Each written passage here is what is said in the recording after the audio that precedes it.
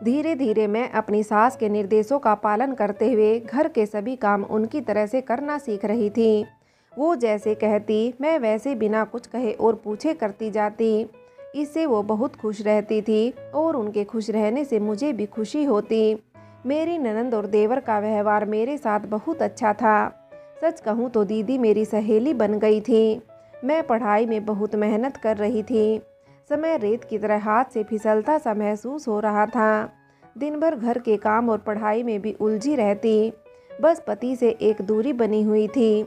उनके सब काम मैं करती थी, पर वो मुझसे कभी बेवजह बात नहीं करते।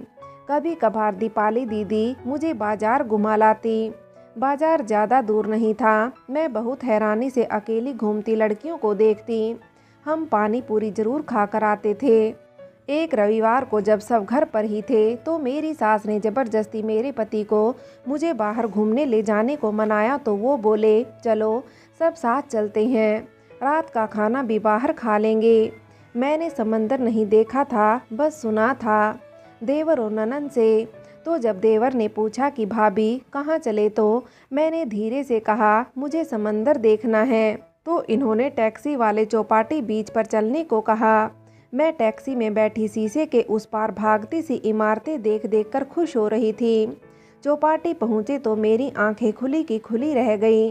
जहाँ तक देख पा रही थी सिर्फ पानी ही पानी। थोड़ी भीड़ तो थी, पर मेरी उत्सुकता मुझे पानी में जाने से रोक नहीं पा रही थी। मैंने दीदी को होले से कहा तो वे मेरा हाथ पकड़कर ले गई। बहुत बच्चे रेत से खेल रहे थे। कुछ जोड़े बिना किसी डर या झिझक के बाहों में बाहें डाले घूम रहे थे। ये सब मेरे लिए नया था। मैं बड़ी आशा से मुड़कर अपने पति की तरफ देखा तो वो कहीं और ही देख रहे थे। पानी की लहरें पैरों को छूकर निकल रही थी और मेरी साड़ी भीग जाती। थोड़ी देर बाद केशव भैया आए और बोले माँ बुला रही है। हम दोनों उनके साथ वापिस आ गए। काफ़ी ढेले वाले खड़े थे अपनी दुकान सजाए। बच्चों के लिए गुब्बारे और खिलौने वाला भी था, जिसके पास बच्चों की भीड़ लगी थी। पाव भाजी, बड़ा पाव और चाट पकौड़ी, बर्फ़ के रंग बिरंगे गोले, सब कुछ ही तो नया सा लग रहा था। गांव में कहाँ ये सब खाते थे। कभी मेले जाते तब ही कभी कभार आलू की टिकिया या भजिया ही खा पाते थे। मेरे पति और देवर सब के लिए चाट ले आए। मैंने हिम्मत जुटाकर बर्फ़ का गोला लेने के लिए केशव भैया को कहा तो वो तुरंत ले आए। हम सब ने काफ़ी कुछ खा लिया था। शाम से रात हो गई थी। माँ ने कहा चलो बच्चों अब देरी हो रही है, घर चलो। अभी भूख है तो कुछ यहीं से लेते चलो। मेरे पति ने पाव भाजी पैक करा ली। घर वापस आकर लगा कि कहाँ तो खुला आसमान था। अब फिर से कोठरी जैसे घर में वापस आ गए। अगले महीने मेरा और दीपाली दीदी दोनों की परीक्षा थी, तो हम मन लगाकर पढ़ाई कर रहे थे। रात को देर तक पढ़ना होता था तो मैं दीदी के साथ ही पढ़ती थी। जैसे जैसे परीक्षा नज़दीक आ रही थी मुझे डर लगने लगा था। दिल में एक ख्याल आता था कि अगर पास न हुई तो मेरे पति मुझसे हमेशा के लिए नाराज़ हो जाएंगे।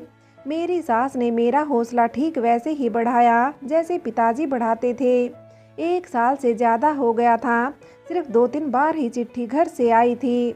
मैं भी लिखा करती थी, पर इधर घर के कामों में और पढ़ाई में इतनी व्यस्त हो गई कि कुछ ध्यान ही नहीं रहता। फिर भी कभी कभार सबकी याद आ ही जाती और मन को भिगो जाती। खैर परीक्षा आई और चली गई। अब परिणाम का इंतजार था। अब धीरे धीरे पास पड़ोसियों से मैं बात करने लगी थी।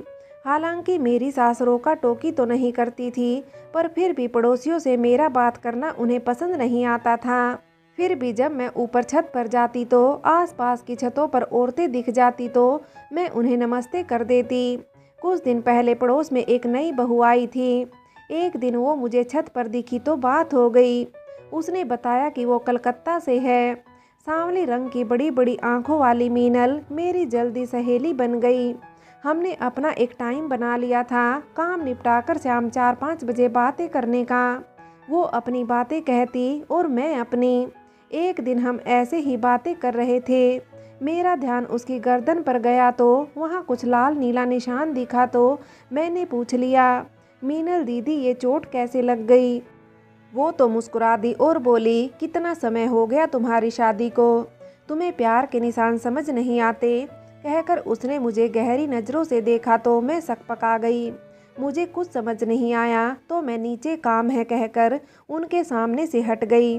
उनकी शादी बेशक अभी अभी हुई थी, पर वो मुझसे बड़ी थी तो मुझे उन्हें दीदी कहना ठीक लगता था और उन्हें भी कोई एतराज़ नहीं था। मीनल दीदी की बात ने मेरे अंदर एक अजीब सी बेचैनी भर दी थी। अगले दिन शाम को मैं छत पर गई तो वो मेरा पहले से इंतजार कर रही थी। कल तो तुम भाग गई, अब बता क्या तुम्हें ऐसे निशान कभी नहीं मिले। कहकर उन्होंने अपनी साड़ी का पल्ला हटाकर ब्लाउज के हुक खोल दिए। मैंने पहले इधर उधर देखा कि कोई उनको ऐसा करते हुए देख तो नहीं रहा। फिर मैंने उनकी खुली चोली की तरफ देखा तो वैसे कई निशान वहाँ मौजूद थे। मैंने नज़रें फेर ली। वो मुझे ऐसे करते देख मुस्कुरा दी और बोली, क्या बात है, तुम दोनों में सब ठीक है ना? ये सब तो प्यार में होता रहता है, फिर इतना क्यों शर्मा रही है? नहीं दीदी, मैं शर्मा नहीं रही हूँ, कह मैं उनकी आंखों में देखने लगी, पर ज़्यादा देर तक देख ना पाई। अच्छा बाकी बातें कल करते हैं, मैं चलती हूँ। उन्होंने ऐसा कहा तो मैंने राहत की सांस ली। कोई परेशानी है तो जब मन करे कह देना, मदद करने की कोशिश करूँगी। कहकर वो नीचे चली गई। उस दिन के बाद मैं काफ़ी दिन छत पर नहीं गई। आज दोबारा उस दिन को याद किया तो लग रहा है कि वो जानबूझकर चली गई थी। शायद वो मेरी हिचकिचाहट को समझकर संभलने के लिए वक्त दे गई थी। कुछ दिनों बाद हमारा परिणाम आया तो हम दोनों ही पास हो गई थी, अच्छे नंबरों से। और थोड़े दिनों के बाद केशव भैया का परिणाम भी अच्छा आया था। अब वो वकील बन गए थे। परिणाम देखकर मेरे पति ने मुझे बधाई दी और आगे भी मन लगाकर पढ़ने को कहे मेरी तरफ पीठ करके सो गए।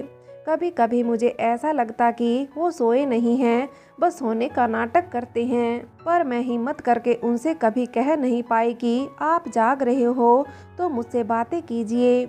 उनका गंभीर स्वभाव मुझे उनसे बात करने से हमेशा रोकता रहा।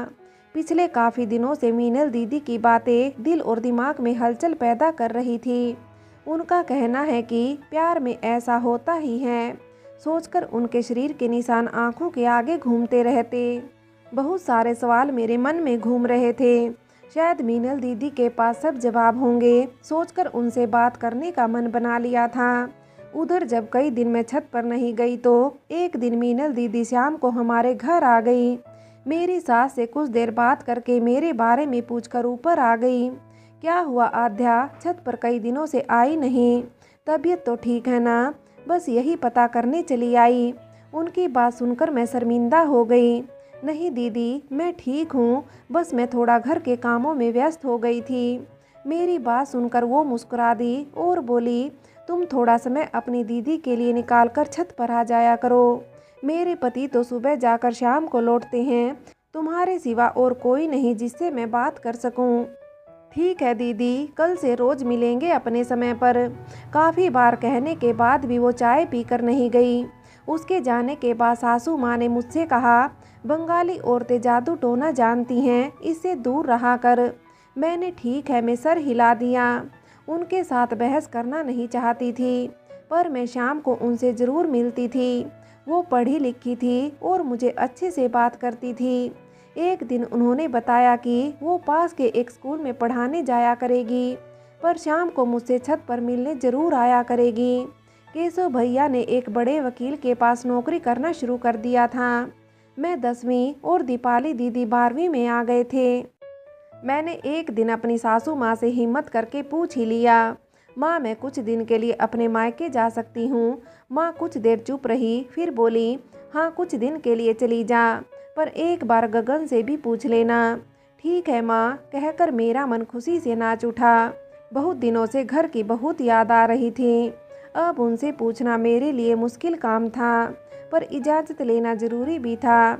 वो दिन बहुत बेचैनी से कटा था। शाम को मीनल दीदी को भी अपने मायके जाने की बात बताई तो वो भी खुश हो गई थी मेरी तरह। रात को जब मेरे पति कमरे में आए तो मैंने उनसे मायके जाने का पूछा तो उन्होंने कहा, अभी तो तुम्हारी पढ़ाई ठीक से शुरू नहीं हुई है, तो जाने का मन है तो मिल आओ सबसे। पर मेरे पास काम ज़्यादा है तो मैं तुम्हें छोड़ने नहीं जा पाऊँगा। तुम घर पर चिट्ठी लिखकर पिताजी को बुला लो, वो ले जाएंगे।